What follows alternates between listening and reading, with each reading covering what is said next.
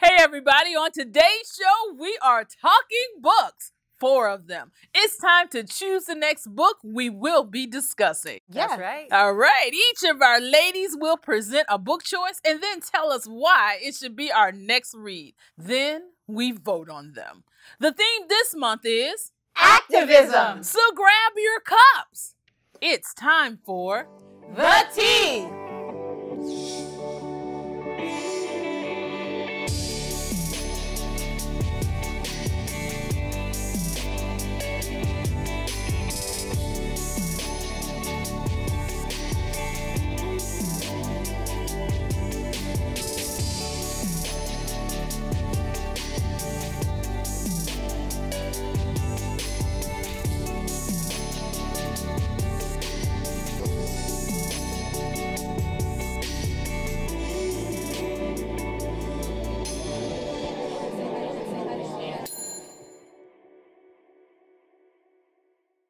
Okay, ladies, we're back. Let's get the battle of the books going. Dina, why don't you go ahead and get us started? Okay.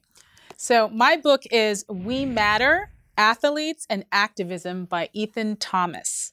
And Etan Thomas is a retired NBA player, and this book is a series of interviews he did with people in the NBA and other people in professional sports.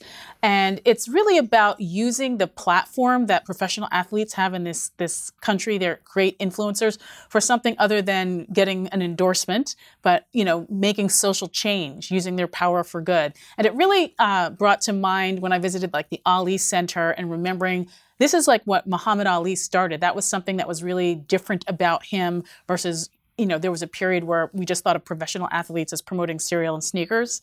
And now we're seeing in the NFL taking a knee and how that's kind of, grown to involve so many people and how impactful that is. And I think we need to read this book because it is, hearing what so many people in that industry think about using power in that way. Well, what I think is really interesting is, as you mentioned, taking a knee from the NFL. I've seen that one action has been sparking a movement nationally and probably internationally. I've seen that it's seeped down into high school sports. And so this would be a great book to kind of give us some more intel into how athletes are bringing in political power to drive change. It's united some of us in the country. It's also something that's very divisive inside of the leagues and amongst the players and in terms of, their dollars and cents. So I think that this might be a good way to look at it and get more perspective, because sometimes I think they should use their platform more, and I kind of don't like the people who don't. I'm right with you, though. Yeah. I totally understand both points. All right, ladies. Dina is recommending We Matter by Etan Thomas. Well, Nigeria, it's time for you to put on your boxing gloves. What you got? Well, I'm more than ready because I have another fighter here. Race Matters by Cornel West. And recently he's been in the media a lot. So I might be able to stand toe-to-toe with a couple of you ladies today. And this is a re-release. It's the 25th anniversary of his very groundbreaking book, Race Matters. Right. And in this book, he covers so much ground. It's not just about race. He talks about gender. He talks about the problems with affirmative action, our identity versus trying to get ahead. And I think that that is really, really important in today's society, what we have going on, to have this conversation, revisit this conversation, and maybe look at what some of the people have done earlier, like we look at Anita Hill and Clarence Thomas in here, and you can almost see echoes of one, Omarosa in the White House, Clarence Thomas, doesn't belong there. And then we have the Me Too issue and everything, all the sexual harassment that we've seen recently unfolding in all of these places in government, Hollywood, everywhere. And Anita Hill took on DC. Yeah, that's true. I actually remember that story. So you are recommending Race Matters. Ladies, do we have any questions or comments or any concerns about that? Because you brought a lot of things back to memory when you started talking about Anita Hill for me. It seems very short to cover all that. It would be interesting to see what path he takes with it and how it might have been different than the original. Yes, that you have to vote on it if you want to see that. Okay, I see where you're going. I do have the original edition, so I'm definitely curious to see what's been updated and then also the factors that he's brought in from the past 25 years. Yes, he says we're like in a dark period, almost like he says it's like a spiritual and moral sleep we've been in. And he actually celebrates like Black Lives Matter and some of the things that have been kind of reawakening our spirit and our fight. Okay. So this is a book we need to read. All right, so Nigeria is recommending Race Matters by Cornel West. So I guess it's my turn. Yes, Time to show us what you got. Oh, I got something for you. The Untold Story of Smoketown, The Other Great Black Renaissance by Mark Whitaker. This particular book spoke volumes to me because of my background in journalism. I was really impressed because this deals with the Pittsburgh Courier, a Black-owned newspaper that helped cultivate the culture in Black America. It was instrumental in spreading the word of activism throughout the country. This particular paper prided itself on taking on leaders and holding them accountable for what they were doing. They weren't afraid to take on the NAACP, nor were they afraid to take on the political leaders of that time. They wanted everybody to be accountable. And one of the biggest feats that I thought was phenomenal was how they got all of the Black people to go from the Republican Party to the Democratic Party. And so many times we fail to talk about that in our history.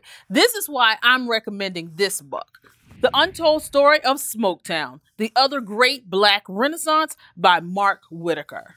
What's the time period? When is this happening? This is the early 1900s. So this is why it's right in that whole cusp of the Renaissance where everybody was getting together. They talk about how August Wilson is from this area, Billy Eckstine. And even when they did the double V-Day, talking about victory not only from the war, but also from their political freedoms. You made me think of another book we've read already. And when you discuss the transition for Black people from being Republicans to largely becoming Democrats, because the Republicans in the original Black elite were important for us then. And I was wondering what really caused that transition. So now I'm a little interested in their book. You know what? This particular book could definitely be almost like a sister copy because it talks about the other side. They're still talking about the Black elite because they're still talking about the elitist status that these people held, but they're also talking about keeping everybody accountable, making sure that everybody was doing what they were supposed to do and not just what they wanted to do. So that's one of the good things about this book. So I am recommending, and I hope that you do choose my book, The Untold Story of Smoketown, The Other Great Black Renaissance. Join the team. Get your friends in on the conversation. Who's telling your story? We are The Tea. The tea. The tea. The Tea. And Janelle, it's your turn. All right, I already have a heavy hitter, and I'll tell you why. My book is When They Call You a Terrorist, a Black Lives Matter memoir by Patrisse Khan-Cullors and Asha bandele with a foreword by Angela Davis. And she's talking about how she co-founded the Black Lives Matter hashtag and how we use that today to get out our message and start a conversation. Really making sure that we are educating ourselves and then also coming a part of how Black Lives Matter and Black activists are labeled as a terrorist group within the United States. So this is really important for us to educate ourselves about the time that we're currently in and then how we should still keep pushing our conversation and no matter what label we earn, in that our message is still super important. Wow. Yeah. So ladies, do we have any questions for Janelle? Janelle, that was a really excellent presentation. It really made me want to read that book because I would like to see not only what it's like being labeled as a terrorist, but also how does she deal with the pressure of a lot of people accusing that hashtag as giving people the freedom to make a hashtag activism without really doing anything. How do we avoid that? How do we avoid in our culture just educating ourselves but not actually taking action? I think there are different ways that people are comfortable with being activists. So today, some people are comfortable with going out on the streets and protesting on the streets in real life, and some people feel like they're more qualified to use maybe a hashtag to get out messages, to unbunk news that is artificial, and really making sure that we're educating ourselves, whether it's in a book or maybe online forums. So I think when we're using hashtags, it's not really just doing nothing. I think it's still getting out a message and contributing to a conversation that is vital. So Dina, you had something to add? Yeah, I was wondering, does this memoir go into her background, or is it more about the movement? Is it more personal? So I'm not sure about how deeply it goes into the young woman's backgrounds. I know that Patrisse herself was raised by a single mother in Los Angeles, but I think we have to read more to get more of their personal stories. But I feel like they both touch on a bit of their own personal history. Okay. Well, ladies, Janelle, you are recommending When They Call You a Terrorist, a Black Lives Matter memoir.